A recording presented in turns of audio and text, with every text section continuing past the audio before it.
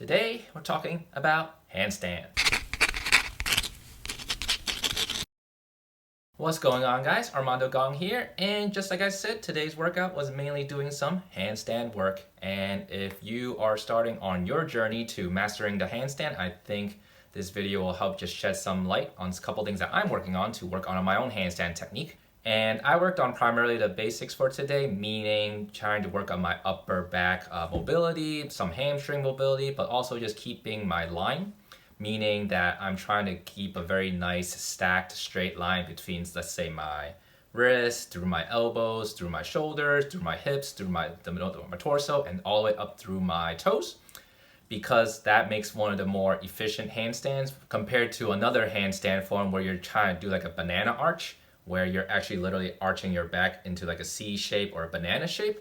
And for me, I'm trying to learn the more gymnastics form of a handstand, meaning a completely straight line, vertical, up and down. And that is why you'll see that I'm working on those exercises in my workout today. Now, first things first, I didn't really make up any of these exercises. I got a lot of guidance from buying another program from Kristy Gosart, which you may know as just Garage Gym Girl, who I will link down below.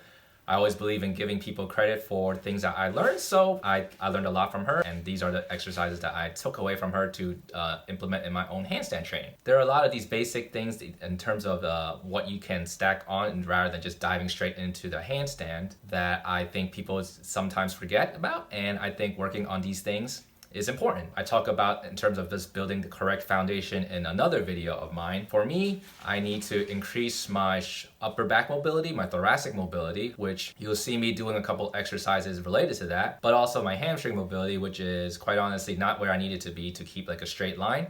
And at the same time, I am working on doing quote unquote handstand without any actual weight, so that I can, when I'm actually upside down in the handstand, then I can actually maintain the line better rather than me just trying to dive straight into it. The intensity might be too much. I can't concentrate on my form.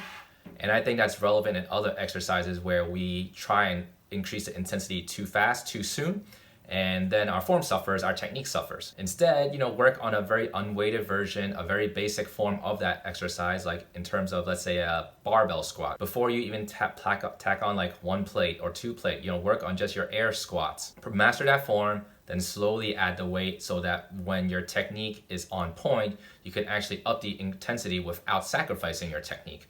And that way you'll just keep on layering on top of that rather than building up some bad habits that will maybe hinder your performance down the line. For me, my upper back mobility is limiting me, as well as my hamstring mobility is limiting me. So I'm working on that consistently every single practice that I do for my handstands, and also working on my form as always before I progress to the harder versions of actual handstand work against the wall or even freestanding handstands. Those are a couple basic tips I'm hoping people can get in terms of just their own handstand practice. Work on your upper back, work on your wrist flexibility, lots of these mobility issues that people have.